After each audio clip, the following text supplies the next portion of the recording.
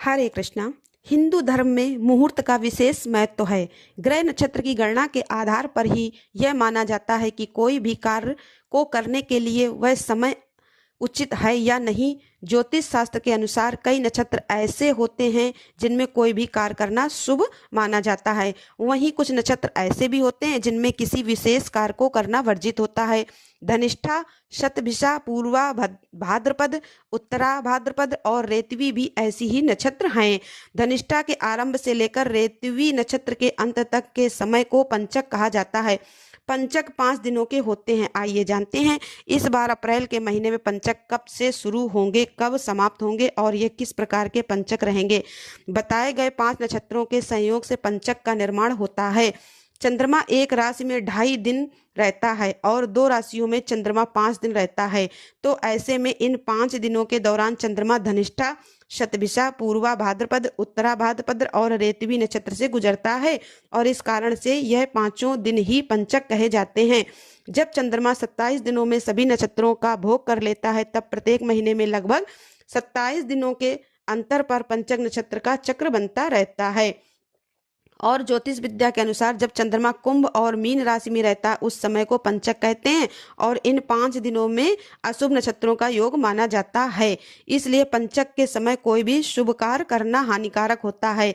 ऐसी भी मान्यता है कि अगर इन 5 दिनों में कोई कार्य किया जाए तो इसकी 5 बार आवृत्ति हो सकती है। इसलिए इस समय में किए गए कोई भी कार्य अशुभ परिणाम देते हैं। विवाह, मुंडन जैसे मांगलिक कार्यों को पंचक के दौरान नहीं करना चाहिए। पंचक काल या पंचक योग का मनुष्य पर प्रभाव पड़ता है और दिनों के अनुसार ही पंचकों के नाम भी निर्धारित होते हैं। जैसे कि रविवार के दिन से शुरू होने वाला पंचक रोग पंचक, सोमवार से शुरू होने वाला पंचक राज पंचक, मंगलवार से शुरू होने वाला पंचक अग्नि पंचक, शुक्रवार से शुरू होने वाला पंचक चोर पंचक और शनिवार के दिन से शुरू होने वाला पंचक मृत्यु पंचक कहलाता है। इसके अलावा बुधवार या गुरुवार के दिन से शुरू होने वाले पंचक सामान्य पंचक होते हैं, जिनमें जो 5 कार्य होते हैं जो कि पंचक के दिनों में करने से पूरी तरह बचना चाहिए। उनके अलावा सभी कार्य जो सामान्य पंचक हैं उस दौरान कर सकते हैं। पंचक के दिनों में विवाह, मुंडन या नामकरण संस्कार वर्जित माने जाते हैं। इन कार्यों को पंचक काल के समय करने की मनाही होती है। दक्षिण दिशा की तरफ यात्रा करने, भ्रमण करने से बचना चाहिए और अगर आपको इस दिशा में जाना आवश्यक है तो आप हनुमान जी की पूजा करके हनुमान जी को भोग लगाकर फिर दक्षिण दिशा की यात्रा कर सकते हैं। ऐसा करने से यात्रा में पंचक काल का दोष कम हो जाता है।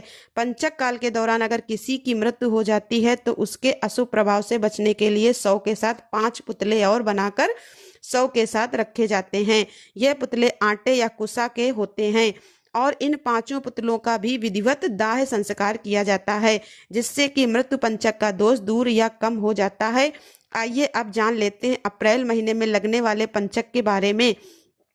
हिंदी पंचांग के अनुसार इस बार 13 अप्रैल को सोमवार के दिन धनिष्ठा नक्षत्र और वर्धनी एकादशी का मेल हो रहा है।